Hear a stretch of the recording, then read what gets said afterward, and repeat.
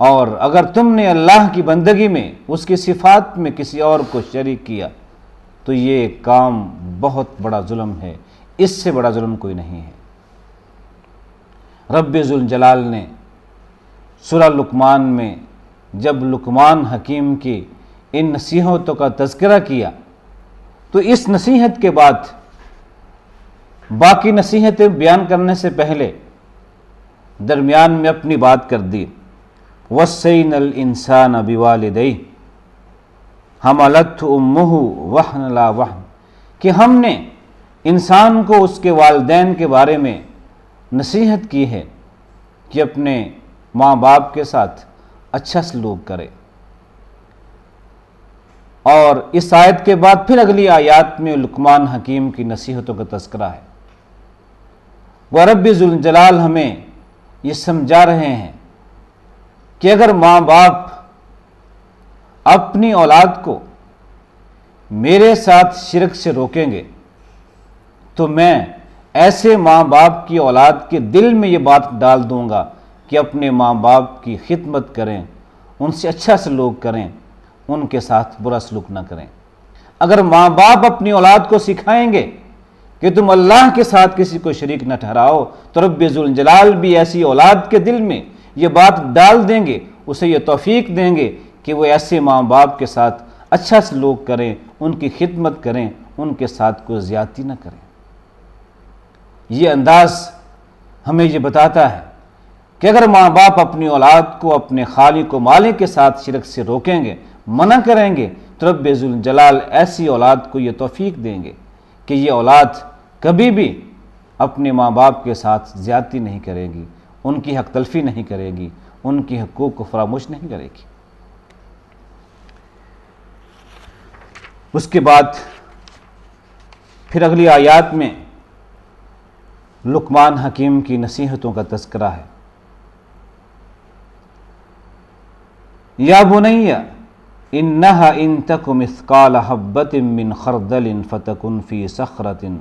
او فی السماوات او فی الارض یأت بہا اللہ ان اللہ لطیف خبیر۔ کیا میرے بیٹے، انہا ان تک مثقال حبۃ من خردل، کہ اگر رائی کے دانے کے برابر بھی یا اس سے بھی کوئی چھوٹا سا ذرہ ہو، فتکن فی صخرۃ، وہ کسی پہاڑ کی چٹان میں ہو، پہاڑ کی تہ میں ہو، کسی وادی میں ہو، او فی السماوات، یا پھر وسیع آسمانوں کے اندر ہو، او فی الارض، یا زمین کے اندر ہو، یأت بہا اللہ، اے میرے بیٹے وہ اللہ اس چھوٹے سے ذرے کو بھی منظر عام پہ لے آئے گا۔ یہ کبھی نہ سمجھنا کہ چھوٹے سے چھوٹا ذرہ وہ زمین کے اندر ہو، پہاڑ کے نیچے ہو، سمندر کی گہرائی میں ہو، آسمان کی بلندیوں میں ہو، آسمان کی وسعتوں میں ہو، اور رب ذوالجلال سے مخفی رہ جائے، نہیں، وہ جب چاہے گا اس چھوٹے سے ذرے کو منظر عام پہ لے آئے گا۔ ان اللہ لطیف خبیر، بے شک اللہ تعالی نہایت باریک بین ہے، ہر چیز سے باخبر ہیں۔ اپنے بیٹے کے ذہن میں یہ عقیدہ پختہ کیا، رب ذوالجلال کی صفات اپنے بیٹے کے دل میں بٹھا دیں کہ بیٹا کبھی نہ سمجھنا کہ وہ خالق و مالک کمزور ہے، وہ کچھ نہیں جانتا، بہت کم جانتا نہیں۔ اس پوری کائنات میں چھوٹے سے چھوٹا ذرہ بھی ہو، ایٹم کا ذرہ بھی ہو، وہ بھی رب ذوالجلال کے علم سے، اس کی نگاہ سے اور اس کی قدرت سے دور نہیں ہے۔ وہ جب چاہے گا اس چھوٹے سے چھوٹے ذرے کو بھی تمہارے سامنے لے آئے گا، تمہیں بتا دے گا کہ تم نے اپنی زندگی میں یہ کام کیا تھا، تم نے اپنی زبان سے یہ لفظ ادا کیا تھا۔ اور عقیدہ، فکر اور سوچ ایک ایسی چیز ہے جس کے ساتھ انسان کی بنیاد بنتی ہے۔ اس نے کیا بننا ہے، اس کی فکر ہی، جو اسے فکر دیں گے، جو اسے آپ سوچ دیں گے، جو اسے عقیدہ دیں گے، اسی کے مطابق آپ کے بچے کی تعمیر ہوگی، اسی چیز کے مطابق آپ کا بچہ جوان ہوگا، اسی کے مطابق بنے گا۔ عقیدہ ہی انسان سے سب کچھ کرواتا ہے، اس کی فکر اور سوچ ہی اسے ہر چیز پہ مجبور کرتی ہے۔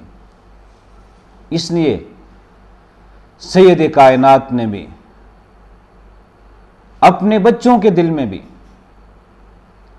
رب ذوالجلال کی صفات کو پختہ کیا،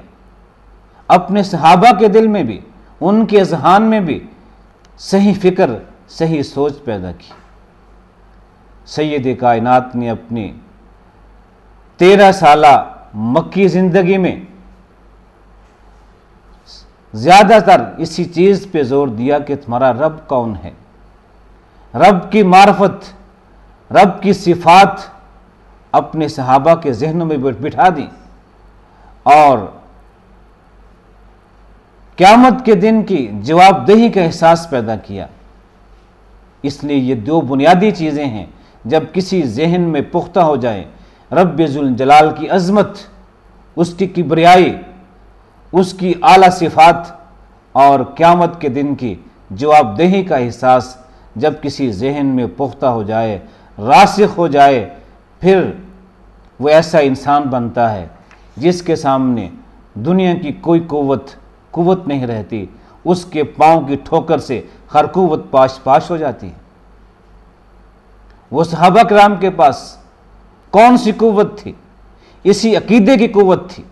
یہ فکر اور سوچ تھی جو ان کے ذہن میں رب ذوالجلال کی عظمت، اس کی کبریائی اور اس کی اعلیٰ صفات کی صورت میں بٹھا دی گئی تھی۔ تو پھر اس زمانے کی عظیم قوتیں، روم اور فارس کی قوتیں ان نہتے صحابہ کے سامنے نہ ٹھہر سکی۔ سید کائنات نے مدینہ کی 10 سالہ زندگی میں شریعت کے تمام احکامات دیے، لیکن مکی زندگی 13 سال تک صرف اپنے صحابہ کی سوچ، ان کی فکر کی اصلاح کی، ان کا عقیدہ صحیح کیا، ان کے دل میں آخرت کی فکر پیدا کی۔ اسی لیے رحمت کائنات نے اپنے چچا حضرت عباس کے بیٹے حضرت عبداللہ کو یہ نصیحت کی تھی کہ یا غلام، اے بیٹا، احفظ اللہ یحفظک۔ بچے کو، نوعمر کو اس کے بچپن میں نصیحت کر رہے ہیں کہ اے بیٹا، یا غلام احفظ اللہ یحفظک، اللہ کو ہر لمحے یاد رکھو، وہ تمہیں یاد رکھے گا۔ اللہ کے احکامات کو یاد رکھو، اللہ تمہاری حفاظت کرے گا۔ احفظ اللہ تجدہ تجاہک، اللہ کو یاد رکھو، تم ہر لمحے اسے اپنے سامنے پاؤ گے۔ اگر تم نے ہر لمحے اللہ کو یاد رکھا تو رب ذوالجلال بھی ہر لمحے تمہارے ساتھ ہوں گے، تمہاری معیت میں ہوں گے، تمہیں اللہ کی معیت حاصل ہوگی۔ اللہ کو ہم کیسے یاد رکھ سکتے ہیں؟ جب بھی کوئی کام کریں تو اللہ کے نام کے ساتھ کریں، مسنون دعاؤں کے ساتھ کریں، مسنون اذکار کے ساتھ کریں۔ ہم نے کوئی بھی کام کرنا ہے، کھانا کھانا ہے، تو وہاں بھی ہم اسلام کی تعلیمات کا خیال رکھیں۔ سید کائنات نے اپنے گھر میں اپنی زوجہ مطہرہ حضرت ام سلمہ کے بیٹے عمر کو، جو نوعمر تھے، چھوٹے تھے، کھانا کھانے لگے تو اپنے ہاتھوں کو بڑھا کے دوسروں کے سامنے سے کھانا اٹھا کے کھا رہے تھے۔ آپ نے کہا کہ بیٹا ایسا نہیں، سم اللہ وکل بیمینک وکل مما یلیک، اے بیٹا یہ کھانے کا انداز اچھا نہیں ہے۔ مسلمانوں کے کھانے کا انداز یہ ہے کہ مسلمان جب بھی کھاتا ہے سم اللہ، اللہ کا نام لے کے کھاؤ، وکل بیمینک، اپنے دائیں ہاتھ سے کھاؤ۔ شیطان بائیں ہاتھ سے کھاتا ہے، مسلمان کو دائیں ہاتھ سے کھانا چاہیے۔ وکل مما یلیک، اپنے سامنے سے کھاؤ، دوسروں کے سامنے سے چیز اٹھا کے کھانا یہ اچھی چیز نہیں ہے، اچھی عادت نہیں ہے۔ چھوٹے بچے کو یہ سمجھایا، یہ آداب سکھائے۔ تو ہم کوئی بھی کام کریں، وہ کھانے پینے کا کام ہو گھر سے باہر جانا ہے، گھر میں داخل ہونا ہے، مسجد میں جانا ہے، مسجد سے باہر نکلنا ہے، بازار میں جانا ہے، اپنے آفس میں جانا ہے، دکان پہ جانا ہے، کوئی بھی کام کرنا ہو اس کے لیے ہمارے پاس سید کائنات کی